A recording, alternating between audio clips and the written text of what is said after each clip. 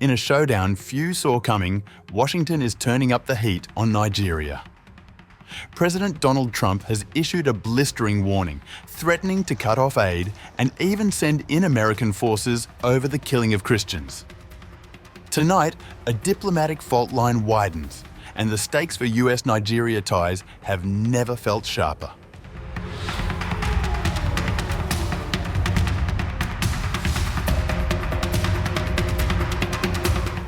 Tensions between US and Nigeria spiked on November 5th after US President Donald Trump issued his starkest warning yet to Nigeria over the killing of Christians. The president declared that the United States would halt all aid to Nigeria. If the Nigerian government continues to allow the killing of Christians, the USA will immediately stop all aid and assistance to Nigeria. We're going to do things to Nigeria that Nigeria is not going to be happy about and may very well go into that now disgraced country, guns a-blazing, to completely wipe out the Islamic terrorists who are committing these horrible, horrible atrocities. Trump further said that the US troops will go to Nigeria if the violence was not stopped.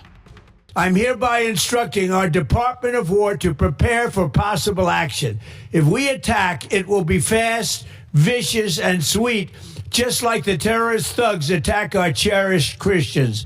These are cherished people. These are great people. Leave them alone. Warning, the Nigerian government better move fast before it's too late. If they don't, there's going to be hell to pay. The comments follow Trump's move last week to redesignate Nigeria as a country that, in Washington's view, has violated religious freedom.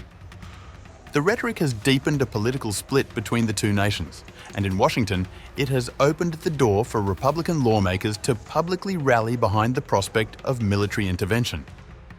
On Wednesday, Senator Tommy Tuberville of Alabama gave Trump his full backing, arguing that conditions in Nigeria justified a strong American response. 62,000 Christians killed in Nigeria, 100,000 killed in Africa, 18,000 churches burned. Now, there's a lot of evidence there, and that's probably an underestimate, John. But we cannot allow this to happen to people that can't defend themselves. Nigeria, a nation of more than 200 ethnic groups and a mix of Christian, Muslim, and traditional faith communities, has long struggled with extremist violence, particularly in the northeast, where Islamist groups operate. However, US allegations of wide-scale persecution of Christians have triggered a diplomatic backlash in Abuja.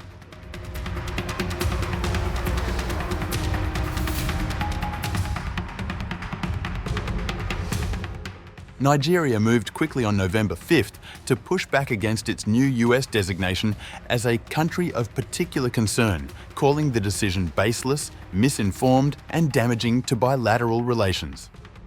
Information Minister Mohammed Idris told reporters that Trump's threats of military action misrepresented Nigeria's security landscape. He argued that the country faced terrorism and armed criminality, not a campaign targeting Christians. The government of President Tinubu is well apprised of the level of anxiety created by the designation of our country as a country of particular concern or CPC by the US government and the threats of military action by the President of the United States following a wrong perception and misrepresentation of the security challenges in our country.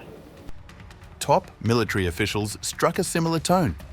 Nigeria's Chief of Defence Staff, General Olufemi Oluyeda, insisted the country was confronting terrorism rather than any form of religious persecution, adding that Abuja welcomed international support as long as its territorial integrity was not compromised.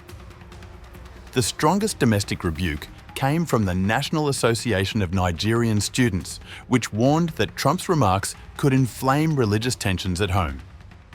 The group rejected the claim of a Christian genocide and criticised the framing of Nigeria's security crisis along religious lines. As both capitals trade accusations and clarifications, Abuja appears intent on resisting any framing that could inflame domestic divides, while Washington continues to signal it is prepared to escalate pressure. Where this diplomatic standoff goes next may determine the tenor of US-Nigeria relations in the months ahead.